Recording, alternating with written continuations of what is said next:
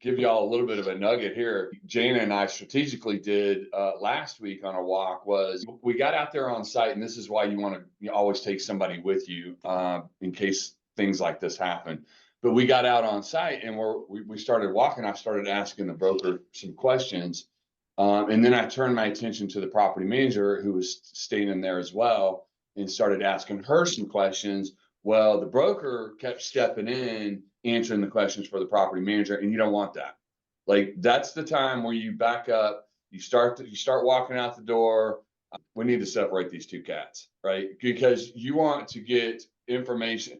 The property manager is probably going to tell you real most of the time real stuff. It's good to get them separated if you see that the broker's controlling the conversation. We do not want that, right? It's cool, go with the flow or whatever.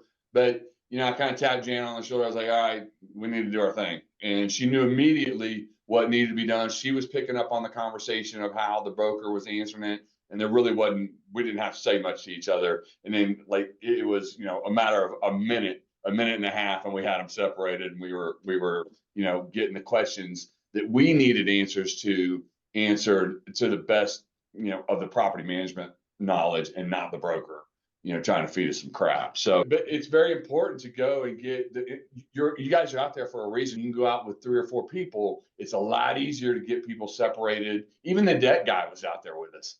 Like they had brought their debt guy out there trying get him separated, man. Like separate them all. Don't keep the conversation with one person. And you start to pick up knowledge about the property. You start to pick up knowledge about other things when you can kind of get that done. So something to keep in mind. Love it. So y'all are tracking with us, right? Like you're finding, it's going to be up to you. If you need deal flow, you love to shop, then you got to shop you got to shop the broker pages online.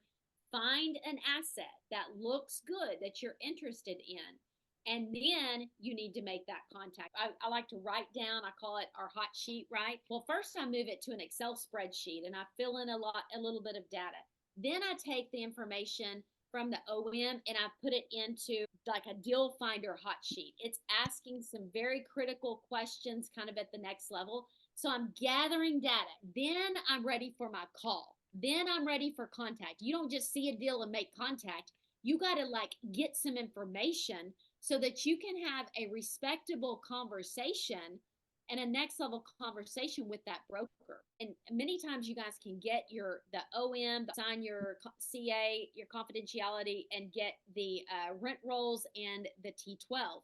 So I'm digging for information. Now, number one, we love the deal. We love the asset, but then we can start asking some questions. I see here, that we're average rents. Are you guys still at 92% occupied? I'm not asking them, what is your occupancy? You never ask, what is your average rent? You can say, is your occupancy still at 92? Do y'all see the difference? Because now they're like, this person is wasting my time with the call. They're for sure wasting my time. I drove 30 minutes to go tour them a property. You better not be asking me what my occupancy is and what my rent rolls are. You can say, are they still here? What does that tell them? It's a whole different language. It's a whole different positioning. This person's done their homework. It's like somebody, you have an ad out for your company to work at them and they didn't even look up your website. They don't even know what you do. They have no information, right? No way are we going to hire someone. Do your homework. Do your homework as an investor.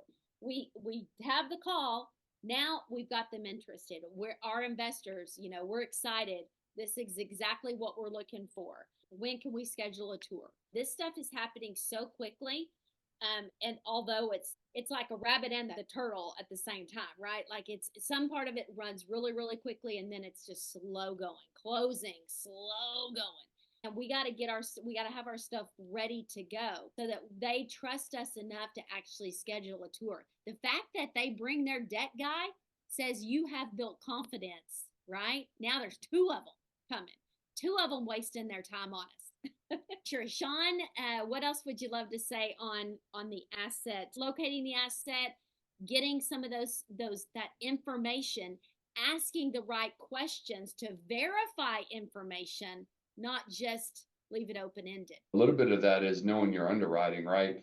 You guys need to understand the numbers and at least on a high level so that you can talk numbers because they're going to be talking numbers. But split off again, I'm back to the splitting up of the broker and maybe the PM or even the assistant PM. That's when you might want to go back and go, hey, what occupancy y'all at? Like, right, just to see if you get a different answer. But you don't want to be asking that, as Janice said, on the initial walk like you don't know it all. So make sure that you know the numbers, make sure that you understand what the average rent is, what the NOI is. Better have some kind of honed in number of you can talk and tell them, because if you flip out a number that doesn't make sense, you've lost credibility. So